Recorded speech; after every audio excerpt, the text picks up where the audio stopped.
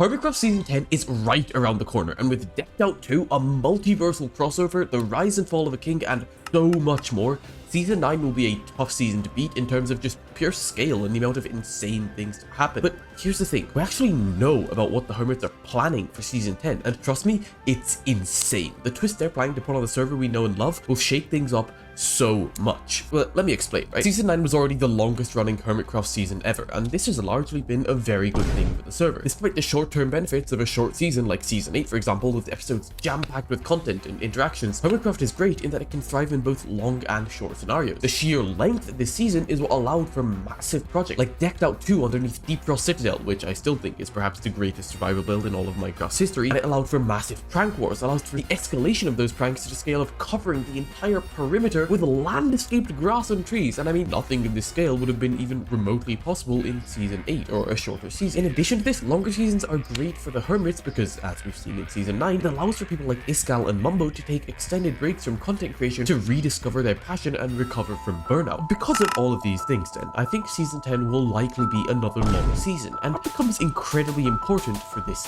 next idea. You see, what I'm talking about is the idea of all of the Hermits all coming together and making one base. That's right, just like the Empire's build in the crossover, they're actually planning to make one highly collaborative project or area that would act similar to Hermitopolis from the Empire's crossover. Botan tried something similar to this in Season 8, creating an Omega base, but that was only with a few Hermits, and they had encountered severe lag issues. Those issues were so bad, in fact, that I would have never thought they would ever try something like this again, right? Why force yourself into a base that would be virtually unplayable and unwatchable for most people, especially since they already knew that this might happen because of the lag that Botan generated in Season 8. But then I saw this Reddit post and found this clip from Scarstream. I even have a plan, like a server-wide plan for everybody, but when the time comes, they'll hear it. I'm going to force you to tell me now. It's basically creating Bdubs for the entire server. Yeah, actually, that's something I've always wanted to do. Starter areas are cool, and having groups of bases are cool, but like, what if everyone just like lumped into the same area? It's called the Country Road Plan, Zuma. It's codename Country Road. Oh, and that sounds so cool. The codename Operation Country Road seems to imply that the way they're going to combat the lag by spreading the parts of the mega base along a road, creating a huge functional structure that allows each Hermit to bring their strengths to a build and help to bring it to life, while areas that might be weaker for some Hermits are made up by others. Imagine Scarland, but 10 times bigger and brought to life the genius of all the redstoners on the server, and all of that in addition to what Cleo has already done with armor stands in Scar's base. And even apart from that, just the fact that so many Hermits would actively be living inside the structure would make it a structure that would constantly be evolving and changing, growing to fit Hermits' needs and wants, a country road bustling with life and activity throughout its length. It's even been mentioned in the past that one of the main reasons the idea for Operation Country Road was so appealing to the Hermit was because of the sheer speed at which things got done during the Empire's collapse. Having nearly 24 Hermits working on a build means that progress gets made quick, especially when just one Hermit makes progress on this scale each episode. The fast-paced nature of Operation Country Road then, and the fact that it probably wouldn't take much longer than a normal base, would also allow them to branch off after the Hermits have finished with that Omega base, to go back to doing what they might have done in a normal season, what they might have planned, for this plan was shown to them, with activities like Zedvancements from Season 9, or the creation of more specialized systems still becoming an integral part of the season's ventures later down the line, like Industrial District or whatnot. This is why having a long season is so important. Because the season is long and people are allowed to take breaks, the idea of trying something this radically different, of bringing together a server of people notorious for being, well, Hermits, it isn't as daunting, because if it isn't working out, they have the time and space to step away when they need to, and to retry the methods that they knew were working for them. A shorter season wouldn't allow for this. A shorter season would stick the Hermits together and could force them to stay in a situation that didn't work well because of the time they'd already invested in it. If you're 3 months into a 5-month-long season, there's really no point in trying to start something new. Almost bad, I'm sure. Hey! I wanted to go in there. Oh, come on, man. There's also something else very interesting I found while researching this video, that is, looking through Reddit and old fonts for any Season 10 plans, which is this Reddit comment from the user Random Loud Commercial. Paraphrase, when the Hermits were all playing Exuma's version of Bed Wars, because by the way, Exuma did create Bed Wars, they discussed the idea of having a fourth dimension on the server, a place where the Hermits could have even more power in creative tools, like command blocks, for example. It would also basically be a way for the Hermits to fully unleash their creativity using the full extent of vanilla Minecraft and more, but without the need for them to do it on a completely different server or as part of a different series, like has been done with the Create mod in the past. Now, the reason I didn't mention this earlier is because, well, I can't really verify that any of this is true. Like, going down to the mods this comment references, the comments basically say that this is a newer, edited down version of this video from Joe, and the season 10 scheming was cut out in the process of the edit, because the other one was uploaded by mistake. Going to, as far as I can tell, the only other Hermit who was streaming, which is Ren's channel, this bit was also edited out. I went through the transcript and couldn't find any mentions of it, so what this basically means is that the Hermits probably didn't want to release this idea completely to the public yet, either because they hadn't fully thought it through, maybe because it hadn't been discussed or shared yet. But basically, even if the comment we're reading from is completely accurate, these plans might still not happen because they were basically just ideas when they were released by accident. What are we? Beasts. Yes, flying Vikings. dragon beasts. Ooh, dragon beasts. And yes, we got- we're flying Viking dragon beasts. That's what I'm saying. Yes. And you know, we got gigantic balls.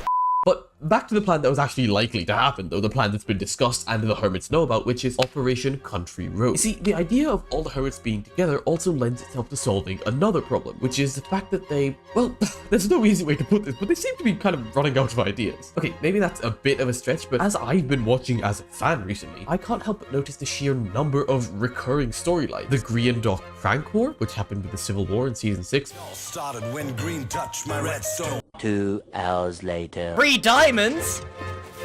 Yeah, basically, this is free diamonds.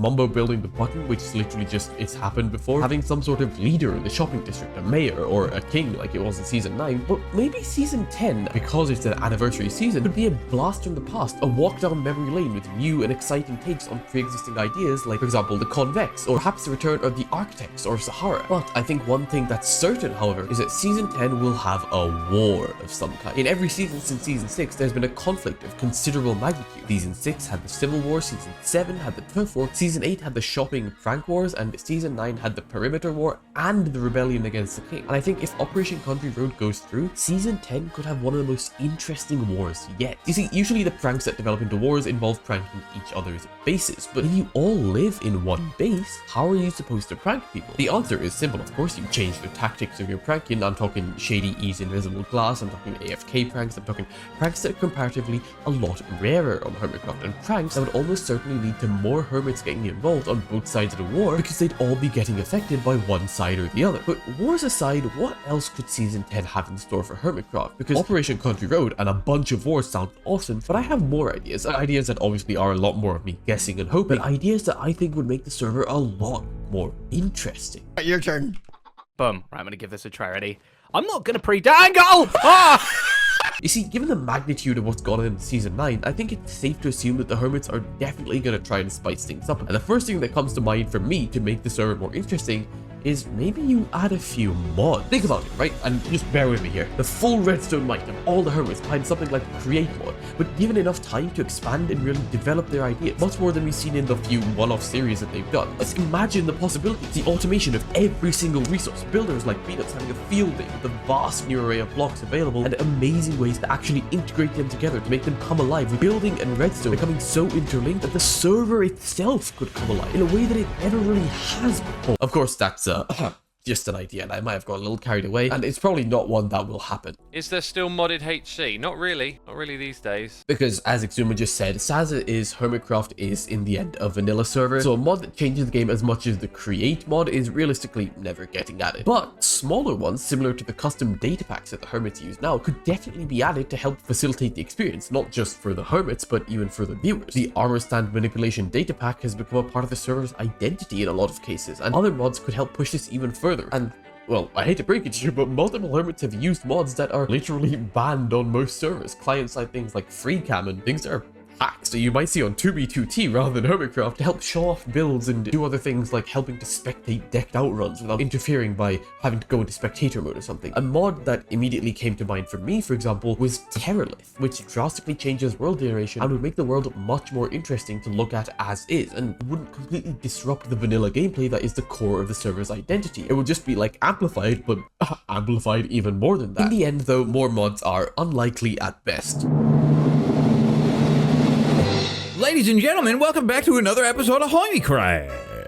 Today, I need to find a way to K my ass.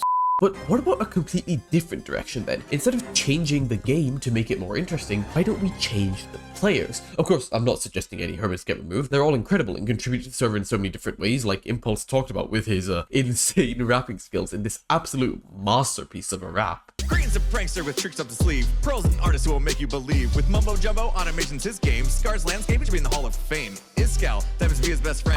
God, that took me straight back to 2012, but you get the point, right? Every Hermit is important to the server, so the way to freshen up who's playing the game is obviously to add one or more new Hermits to the server. Season 9 was actually the first season ever in which the cast of Hermits didn't change between seasons, so new faces could just be what the server needs to maintain that level of innovation and freshness that keeps it so interesting. And there are already so many interesting ideas for members, because since Gem and Pearl have already been added while already being on Empires, it's definitely possible that some of the other members of perhaps the Life series could join HermitCraft.